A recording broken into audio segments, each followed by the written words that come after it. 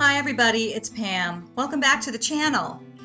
Unless you've been living under a rock for the past decade or so, finding vintage Pyrex mixing bowls, serving dishes, refrigerator dishes, casseroles has become a tremendous pastime for sellers and collectors alike. The colorful dishes with pattern names such as Amish butterprint, gooseberry, and Cinderella, they can sell for really big money. Here's a little bit of history behind the famous cookware. In the early 20th century, Corning Glass manufactured railroad signal pattern globes that wouldn't break easily during extreme weather, and they used a non-expansion glass formula called non-X. However, the long-lasting nature of these globes meant that they weren't replaced very often, and Corning had to look to other markets for profitability, and that included something called wet cell battery jars. A Corning researcher brought home one of those jars that was cut down to baking dish size and gave it to his wife to try out. She was extremely pleased with the faster cook times at the lower temperatures. Once the lead was removed from the non-X formula, the Pyrex brand as we know it today was born.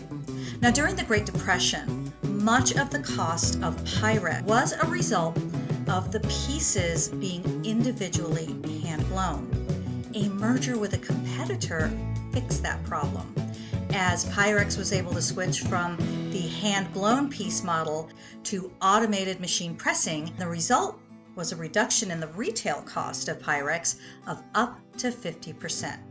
Fast forward to today, and rather than the hotter Pyrex patterns from the 1940s onward, my focus has been collecting these circa 1920s, 1930s pieces for the last couple of years.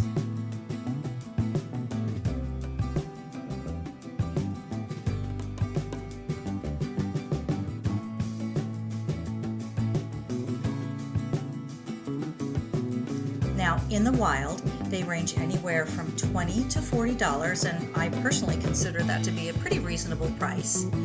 The lidded casserole has a chrome caddy, and the benefits are twofold. One, you don't have to polish it, and two, it's convenient. You carry the hot casserole over from the kitchen to the table, and obviously it's attractive enough to have on the table, which I have done last year at Christmas and Thanksgiving both.